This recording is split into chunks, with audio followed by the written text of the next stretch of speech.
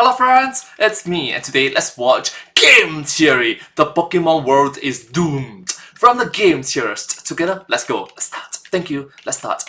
Pokemon Legends ZA will be the death of the Pokemon world, because it turns out these graphics aren't just an eyesore, they're also part of a much bigger problem that starts with this city but will likely spill out to destroy everything. Hello Internet! Welcome to Game Theory, the show that pronounces it Z when it's trademarked. You have no idea how many comments I've been getting about that on my live stream since the release of Pokemon Legends ZA. Dapper Mr. Tom Live, by the way. But my Yep. You get the point. Hello Internet, welcome to Game Theory. So comment down below, how do you pronounce it? Pokemon ZA, Pokemon ZA. pronunciation wasn't the only thing people were divided on. The internet basically landed into one of two camps when it came to this game. It was trash because, look at the graphics, or its new real-time battle mechanics make it a really fun experience. As for me, here's my opinions. I'm somewhere in between. People will say that, hey, Pokemon games from 20 years ago is equivalent to the game. I'm like, I can't agree with that. And then people will say that this is the best Pokemon game ever. I can't agree with that. Look, if Pokemon Legends ZA, it's Pokemon Legends ZA came out in the year 2019, 2020, 2021, I'm pretty sure it's a good hit. Okay? But we are no longer during COVID times. We are no longer back in the days. Right now there's actual competitions. There's Genshin Impact. There's Honkai Star Rail. There's the new Digimon game. There's Power. And there's so much more games out there. There's a huge competition. You have to be at the top of the game, especially when you have such a long legacy like Pokemon. We expected a lot from you. It is sad that you under-deliver. That's unfortunate. Don't get me wrong, if this game came out 5 years ago, I guess, it would be a huge game, a great game. I'm pretty sure about that. But it's no longer 5 years ago. Time have passed. Technology have improved. Expectations have risen. me, Both is good. I was surprised by how well the new battle mechanics worked, but I also have to agree, the graphics leave a lot to be desired. Guys, these are Room for improvements. supposed to be pillars. Why not just make them all bricks if you're not gonna model them? But see, this is where my theorist brain kicked in. Now, confession time. I've been watching a lot of Annie Austin recently. I've loved his approach to analyzing game design, especially when it comes to city infrastructure, like road signs, landing strips, and power lines. Looking at things from that angle gives you a completely new perspective on the game. Sometimes even making things that seem ridiculous actually makes sense. And given ZA takes place in just one single city, and a major plot point is about Quasartico Inc. and their redevelopment plan, it felt like if we used Annie Austin's approach, maybe we'd find some answers as to why the city is designed this way. You know, besides hardware performance and budget restrictions. Could there Huge budget restrictions. If they got more time, if they got more budget, and if they spend their budget more wisely instead of how do I phrase it nicely? Instead of focusing on other stuff, if you know what I mean. Yeah. be an actual in-universe reason for these flat windows and balconies? Is there a reason for Lumio City's design in general? And what are the benefits or inevitable problems that arise when you build a city like this? The design choices of a city, however subtle, can say a lot about the people that built it and how that society seeks to shape the lives of its citizens. So grab your urban planning trilbies, theorists, because we've got a city to explore to see what the future holds for the Pokemon world. The first thing you may notice is the shape of this city. Typically, cities take spontaneous shapes and organically grow over time without any planned layout. That's when you get urban sprawls like London or Boston, winding roads, curving and crisscrossing in some misshapen mess. Alternatively, there are plenty of cities that have adopted a more uniform grid layout, such as New York City, Chicago, and Beijing. However, Lumio City bucks this urban planning principle by embracing a circular layout with... Do you know this circular mindset give a very unique perspective it reminds me of Full Metal Alchemists. The city, the country is circular so that father was able to destroy and kill everyone. So that's that. That sucks. Radial roads branching out from a central point. Now, this circular layout has been present in urban design discourse for some time, with some urban planners proposing this configuration to be the city of the future. Ebenezer Howard had a book in 1898 which proposed exactly this, although he called them garden cities. Even Walt Disney's original design for Epcot, the experimental prototype city of tomorrow, embodies this radial and circular design. The purpose of this style of layout was to keep the industrial district on the outer rings, while your inner rings would be for residential, commerce, and a lot of greenery. Howard Other than Full Metal Alchemists, there's also, Shingeki no Kyojin, Attack on Titans. proposed that this would promote healthy living in two ways. One, keeping you away from all the toxic fumes of the industrial district, with enough greenery on the inside rings to offset those fumes, and two, put everything close together so you'd be encouraged to walk everywhere. And we do see these design philosophies being implemented throughout Lumio City. A number of the buildings on the outer ring are office buildings, and as you go further in, you find more open park spaces, apartments, and shopping arcades. But Lumio actually takes the whole public parks thing one step further. Instead of just having the green around the edges and in the parks near the center, like how Lumio's was designed back in X and Y, there are now even more open park spaces throughout the city, and some of them are designated as wild zones. These spaces are designed more with Pokemon in mind, allowing them a space to live and roam within the city, with the hope being that this will encourage humans and Pokemon to live in harmony. Some aren't even green spaces, they're just cut off areas of the city for Pokemon to kind of reclaim, like the Power Grid area in Wild Zone 14. This goes... Alright, I'm gonna give the benefit of the doubt that the designers for this is having good intentions, but later we'll see, hopefully Tom will mention, it is good intention, bad execution. It comes to a lot of downside to it. If your country exterior is that and interior is this, so yeah. Beyond Howard's 1898 plan for cities, and actually lends itself more to the modern concept of urban rewilding, where cities reintroduce green zones into the city for nature to essentially reclaim it. It allows for diverse plants to grow and for animals to find safe havens within the city. This means better safety for those animals, as they now have somewhere to go and stops them wandering dangerously around the city. It encourages education and awareness, as now there's a place to study and observe these creatures rather than just to be afraid of them. And it means less conflict between animals and humans, especially when it comes to things like food, as those... But you do recognize animals are not Pokemons. Pokemons are able to shoot flamethrowers out of their mouths.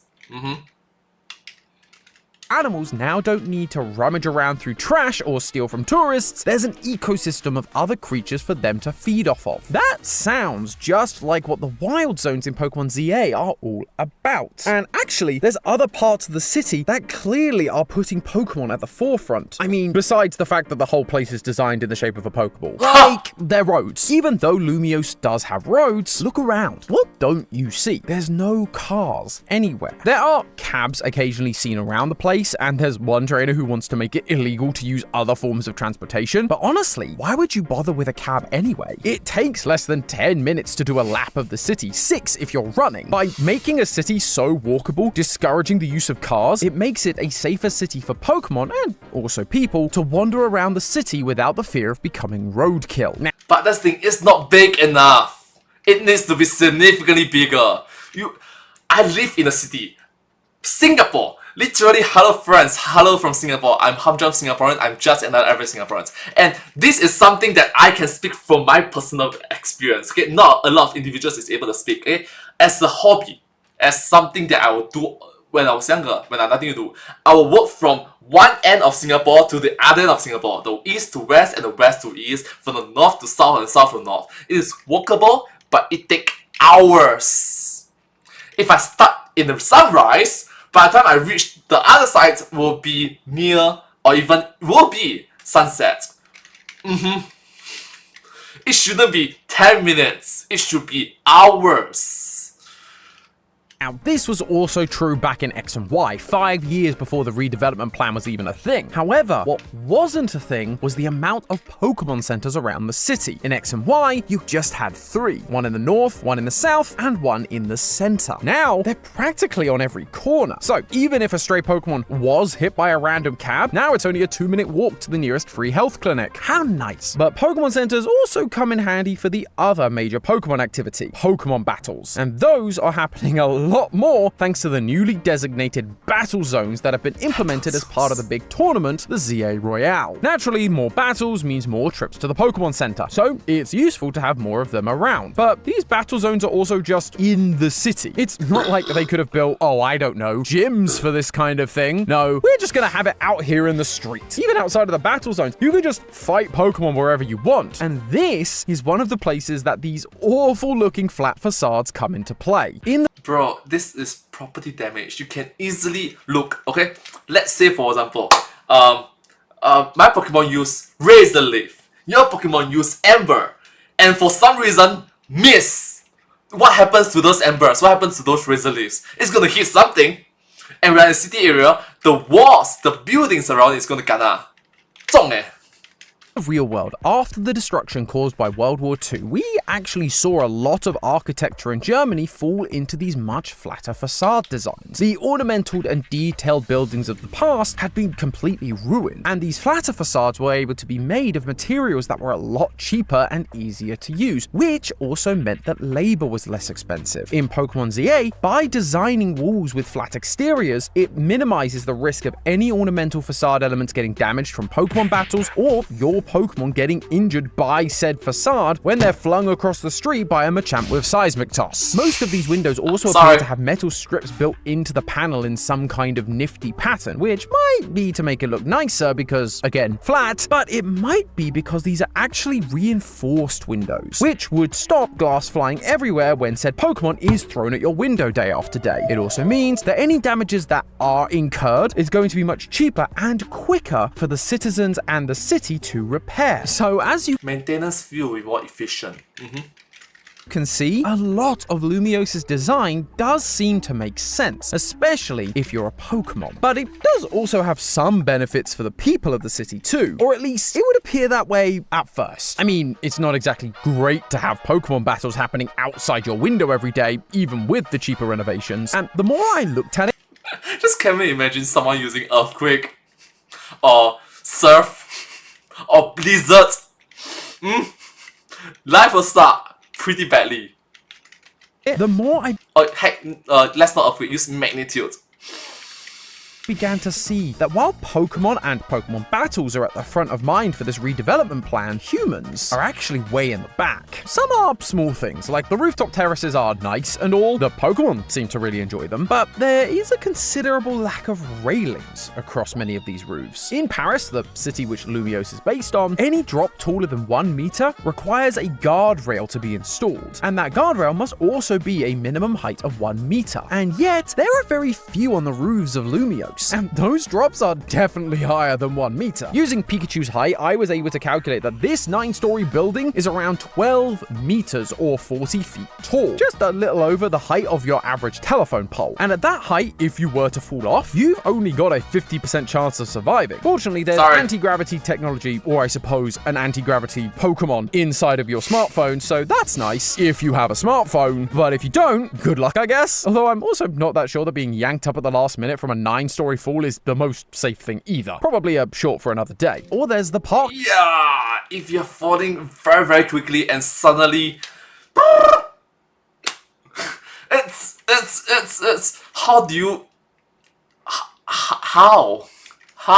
Benches. You see those little bars dividing it up? Those aren't just fun design, they're actually an anti-homelessness design feature to prevent people from sleeping on benches. So sure, gotta clean out the sewers to make sure that the Pokemon are comfortable, but heaven forbid if a human needs to sleep in a park. Benches are for watching Pokemon battles only. But then there's the bigger reason this city is bad for humans, the map. While this map is designed like the Utopias from Howard's book, take a look at the differences between the original map from X X and Y, and the new map from ZA. Sure, there's the obvious additions like the Pokemon Centers and Wild Zones like I mentioned previously, but notice where those additions are. They weren't empty spaces originally, they were houses, apartments, businesses. They physically removed what was there for their new expansion. In France, this is known as, oh Lord help me, droit d'expropriation. Oh, my poor French teacher, you tried so hard and I just wasn't good enough.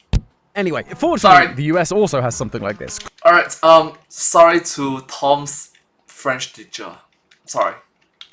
Called eminent domain. This is where the government steps in to seize land and or private property with the public interest in mind, paying the owner what the government deems a fair amount for that property. Historically, governments and cities have sometimes invoked this power to wipe entire neighborhoods and communities off the map, like to make way for a highway or a landing strip. Clearly, the redevelopment plan in ZA to integrate Pokemon into the city didn't just add Pokemon to the city. It required them to reclaim land from the people already living here, kicking them out without anywhere to go. Sure, they'll have been compensated, but now you have the stress of figuring out where you go next, and you can't exactly sleep on a park bench. Although, it's not just for the benefit of the Pokemon. Look at the fancy HQ for Quasartico Inc., the company in charge of the redevelopment. That building wasn't there in X and Y. They bulldozed homes to build this eyesore, which makes me more and more suspicious of them, if I'm honest. And for those who Tom just said an eyesore.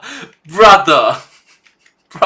weren't kicked out. Remember those flat facades? The ones that I said could be a benefit due to the lack of things being able to be broken off during a Pokemon brawl? Well, that was true, but it also comes with other problems. Being flush against the wall like this means that they become susceptible to different kinds of weather damage. Rainwater, for example, has no lips or raised edges to be diverted away, making it easier for rain to penetrate and cause leaks. Flush windows also absorb heat more directly, which increases the amount that glass contracts and expands, loosening the seals, but also making the glass weaker over time and more susceptible to smashing, even with the reinforcement. Finally, by being flush, the windows can't effectively counteract changes in wind pressure, meaning they're more likely to break if there's ever a strong wind. And in the Pokemon world, heavy amounts of water, direct heat, or strong winds aren't just weather problems. Those are pretty direct threats. All it's gonna take is one Embor's flamethrower or a Feraligator's hydro pump and you're in for a world of hurt and costly repairs. So then, that brings us back to the original question. Sorry. Why design the city like this? Why make the buildings look awful if they cost loads to repair? Why kick people out of their homes to only make life better for Pokemon? Quasartico Inc. in the game says that things like the Wild Zones were included to protect the city from wild Pokemon who were rogue mega evolving, but that only explains the Wild Zones and not the rest of the weird design choices we've talked about today. Plus, let's be honest, when has game theory ever trusted the word of an in-universe corporate entity? No, I believe I've uncovered a different reason for this approach. During X and Y, we are introduced to Team Flare, the villains of that game, with their goal of creating a quote-unquote beautiful world. We then bump into some former Team Flare members during ZA, who are trying to fix the team's reputation and move forward. In one of the game's many missions, we are then tasked with going to explore Team Flare's old hideout, and while there, we are told the true reason for Team Flare's former goals. They were afraid of overpopulation, and so needed to wipe out a large chunk of humanity to save the rest. How very... Oh my gosh, Thanos? Seriously? Seriously, if you plan well enough, if you actually plan well enough, we have overpopulation is not a thing. Overpopulation is not a thing if you plan well enough for the future. If you actually have proper resources flow and you have a proper flow of resources and proper planning for future, overpopulation is not a huge issue. If you fail at one of them, it's going to be messy. If you fail at both of them, okay, life sucks. Thanos of you. Now, obviously, Team Flare failed in that goal, and their leader no longer has the same level of authority within the city. But that doesn't mean that overpopulation isn't still an issue across the Pokemon world. If this isn't an issue to worry about anymore, why bring it up in this recent title at all? We've gone this long without knowing the truth behind Team Flare's schemes, so it being brought up now must be relevant in some way. And so, what if, rather than taking the blow everything up approach, a company came in and decided to take take a less dramatic approach to the same problem. Going back to Howard's designs for circle-shaped cities, one of the big benefits he cites is that by default, the shape and lack of housing compared to the amount of land forces the population of said city to reduce. This then allows those who do remain in the city to experience a better quality of life with more space and no lack of resources. For the short term, ultimately speaking, 20 years, 30 years later down the road, I'm talking about decades down the road, individuals, the kids that grow up are going to want kids of their own. If they refuse to have kids of their own, depopulation, that is what we are experiencing right now all over the world. Singapore is experiencing that as well. The only one of the main difference why Singapore is not experiencing it that much is because even though we are not birthing enough kids, there's people wanting to become Singaporeans. Then expanded upon this idea by introducing the wild. For me, I was born and raised in Singapore. Understandably, I recognize that it is a part and parcel thing in Singapore. Thus, the importance of planning ahead well. Not just planning for the next 1-2 years, but I'm talking about planning for the next 10, 20, 30, 40, 50 years. I'm talking about half a century later. Planning for things that you will not be seeing because you are long gone. 前人种树，后人那个裁量。Okay, the ancestors plant the tree so that the descendants can enjoy the shade from the tree. Zones. While they claim it's to protect humanity, by introducing Pokemon to the city, we hear about how many people are leaving because they fear it's too dangerous. So it seems like they succeeded, right? The population of Lumiose is saved from the overpopulation disaster. The shape of the city means there's less people living there, and by introducing the wild zones, more people are leaving, again lowering the population. And that's true, but it actually keeps going. By creating a small enclosed city with a lot of wild animals, you invite one other big problem: disease. As I said earlier, this is a very small city, and with the increased number of Pokemon thanks to the wild zones, it puts all of them into very close proximity, which could result in something known as zoonotic spillover. You may not have heard of this exact term, but I'm sure you're aware of the actual effects. It's where Alright, the more you know. Zoonotic spillover. The more you know. diseases jump from animals to humans. Diseases which to animals are either harmless or at worst a mild inconvenience, but for humans, they can be fatal. Think things like avian influenza, swine flu, or rabies. And if you want to stick to the lore of the Pokemon world more closely, there's the mysterious virus called Pokérus. It's harmless to Pokemon, in fact it's actually a benefit to them, boosting their EVs. But if the virus was able to mutate and then jump to humans, we have no idea what damage it could do. Most of the time, these viruses become fatal because of the simple truth that an animal's body is different from a human's body. We have different physiologies, body temperatures, cell receptors, metabolisms, and Pokemon are incredibly different from people. While they may have a Well, technically speaking, Typhlosion. If you know what I mean, you know what I mean. You know what you know. Typhlosion. originated from the same thing at some point according to the law, it's not God. like a human can now maintain 100,000 volts within its cheeks. These diseases are able to make the jump through a variety of methods depending on how the virus evolves. Sometimes it's through oral transmission, like eating the meat or product of an animal. It can be transmitted through moisture in the air, or it can be from direct contact with the animal, or its bodily fluids like blood, saliva, urine, and yes, poop. And I bring that last one up because this Okay, look, case in point. This video came out in November 2025. Literally a few years ago. I can count with my fingers, one hand. A few years ago, we were experiencing something called global pandemic. There's a coronavirus, COVID-19. Global shutdown. This sort of, the word virus is still very new and very fresh in everybody's mind. Life sucks. For everybody. Maybe, I don't know, half a century later down the road, of hopefully peace, coronavirus will be like, back in my days. Back in my days. Back in your days if you're watching this. This game has a weird fascination with Pokemon poop. Like, it's not just 1 or 2 mentions, it's a few times. And then there's this guy who's asking questions none of us want the answers to. With all this unsanitary material around Lumio City, and with it being apparently up to the citizens to clean it up, citizens who are not wearing the correct protective gear, this place is prime for a viral outbreak. Plus, you have missions where you're asked to clear out the sewers of rocks to make it a better place for Pokemon to live. This is a viral incubator in the making. Pokemon live down here, contract whatever disease, and then transfer it to us. And yet, what are the people in charge doing? Not only are they making the problems worse by making more wild zones to increase the Pokemon population, but they're also operating events like the ZA Royale. If a trainer can climb the ranks, they don't just get a lousy gym badge like normal, but rather Quasartico Inc. promises to grant one wish. I'm sure it has a lot of fine print, they're not genies like Shadow the Hedgehog after all, but this incentivizes trainers to converge upon the city and stay for an extended period of time. Enough time to potentially contract this fatal disease. Now, you may be saying that I've lost it. There's no way Quasartico Inc. is doing this on purpose. That is just way too conspiratorial, and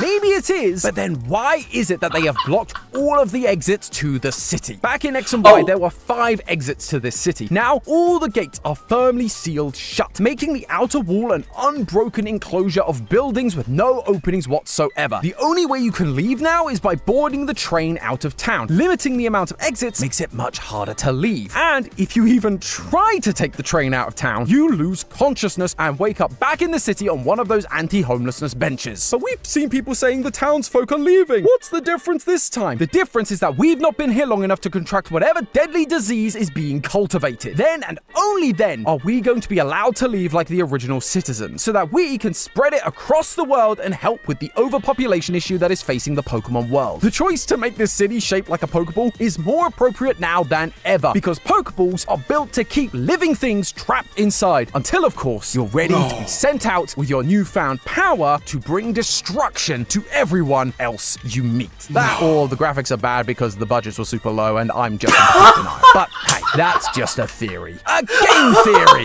Thanks for watching. World premiere on Game Theory. This Pokeball is a death trap. These Yeah!